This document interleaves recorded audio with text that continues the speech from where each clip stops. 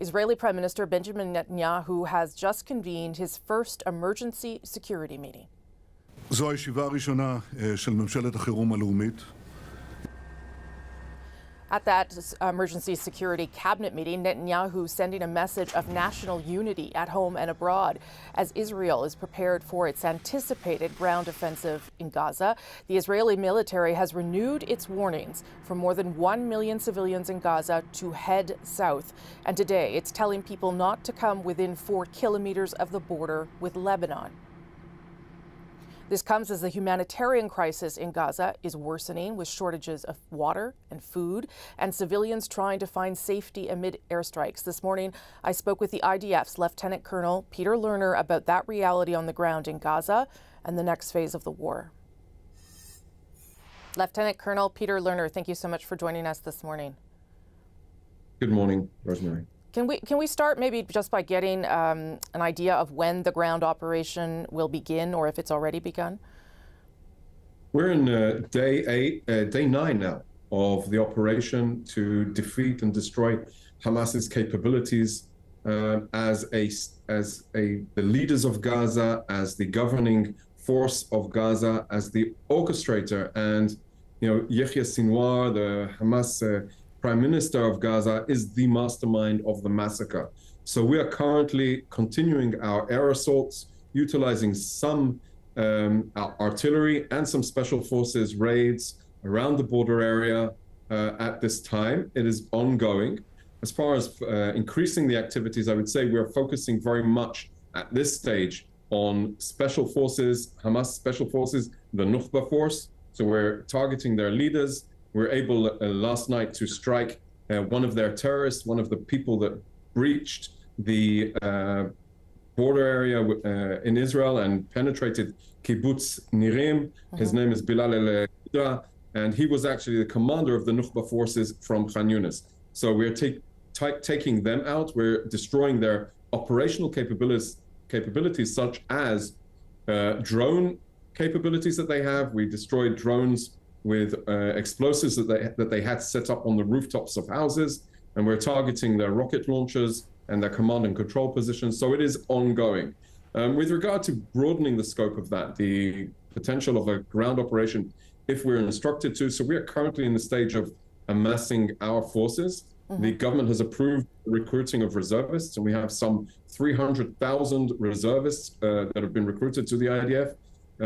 Many of those are in the staging grounds around the Gaza Strip. But if the government gives the green light or the instruction to move forward, we'll be ready to mobilize. We're currently in the preparations stage, but that's where we are currently. We're not actually mobilizing as yet. The fact that Hamas has, I think at last count from your organization, the IDF, 126 hostages, how complicated does the offensive become for you, given that you know that Hamas is holding these Israeli hostages somewhere? Well, obviously, we're very concerned about the welfare of the Israelis and others that were abducted by Hamas on the October 7th massacre. We are taking that into consideration in our operational planning. Obviously, we see Hamas as responsible for the well-being of the 120 or so people that are being held unlawfully by Hamas. And I think, I want to be very, very cautious because it is such a delicate issue, and I don't want to jeopardize any attempts to try and get them out, release them more operationally. So I think I would like to leave it at that if we can. Okay, understood. Gaza's health ministry says 300 people were killed over the past 24 hours. The IDF has given warnings to civilians to move out of northern Gaza.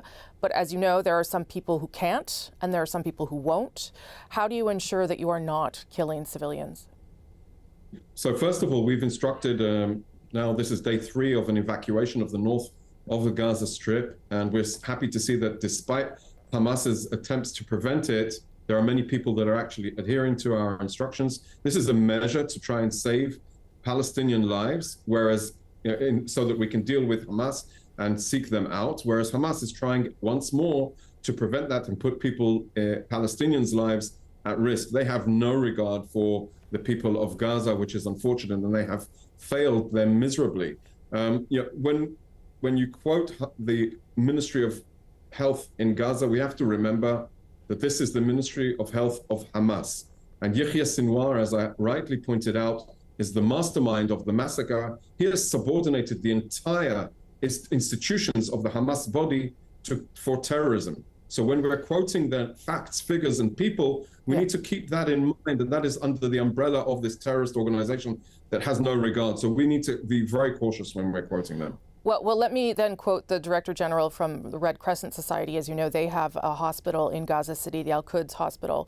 He tells me that there are, at different points, 5,000 people in the hospital, either because they are, injured or ill, or because they're sheltering in the hospital, and that it's impossible to evacuate from that hospital. And indeed, according to him, against international rules of engagement.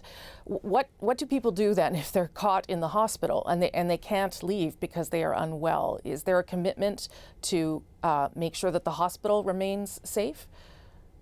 Well, the Israeli Defense Forces operate in accordance to the laws of armed conflict. So, of course, there are institutions and protected places, and we adhere to that. Mm-hmm. I would recommend that all of the international bodies that are operating actually within the Gaza Strip actually facilitate the shift of people from north to south and not block it, because by blocking it, you are preventing and actually putting more people at risk. Because if we need to mobilize, and if we're instructed to do so, we will, and that could potentially put more people at risk. That it is not illegal to fight a war against a ruthless, brutal, merciless enemy like Hamas, even in urban areas. We will do our best to mitigate and limit the civilian casualties. And one of the activities that we're doing, such as sending text messages to people to evacuate, announcing that we're coming, suggest dropping leaflets from the sky, so that people know that there are safer areas where you can be, where your needs can be met. Now, when Hamas is preventing them, and when organizations like the PCRS, the Red Crescent Society, are withholding it, instead of encouraging people to go south, they're actually jeopardizing them. We don't want necessarily. Like in Canada, we operate out of a military necessity. Yes. Within the laws of armed conflict and with proportionality and against the military mission. And we will do so in order to, in the scope of minimizing civilian casualties. But if they don't move, that could be unnecessary damage caused by those that have not shifted. Yes, I understand that, Lieutenant Colonel. I would also, though, say that there are people who can't be moved. One of the things that the Red Crescent Society pointed to was babies in incubators. I'm sure you understand the complexity of moving people with medical conditions or who might be severely injured, for instance. Well, we are now on day 3. This, it could have been done. They could have continued to do so. As I said, we will continue to operate in accordance to the guidance of distinction, military necessity and proportionality, and the laws of war. Let me ask just one last question, if I can, because there are some Canadians in Gaza who are, they feel at least trapped in Gaza because they can't get out. Our Foreign Affairs Minister, Melanie Joly, told me that she had assurances from her counterpart, her Israeli counterpart, that Canadians and other foreign nationals would be allowed out. I understand you don't control the border, the Rafah border in Egypt, but will there be any assurances from the IDF that those people can get out of Gaza before things escalate further? So while I'm aware of the discussions taking place, I would say that the IDF is currently responsible for fighting. We are the warriors defeating Hamas. I'd say let's leave the diplomacy to the diplomats to sort out that access if it does indeed happen. Of course, the IDF will facilitate. Okay, Lieutenant Colonel Lerner, thank you for taking time. I appreciate it, sir. Thank you, Rosemary.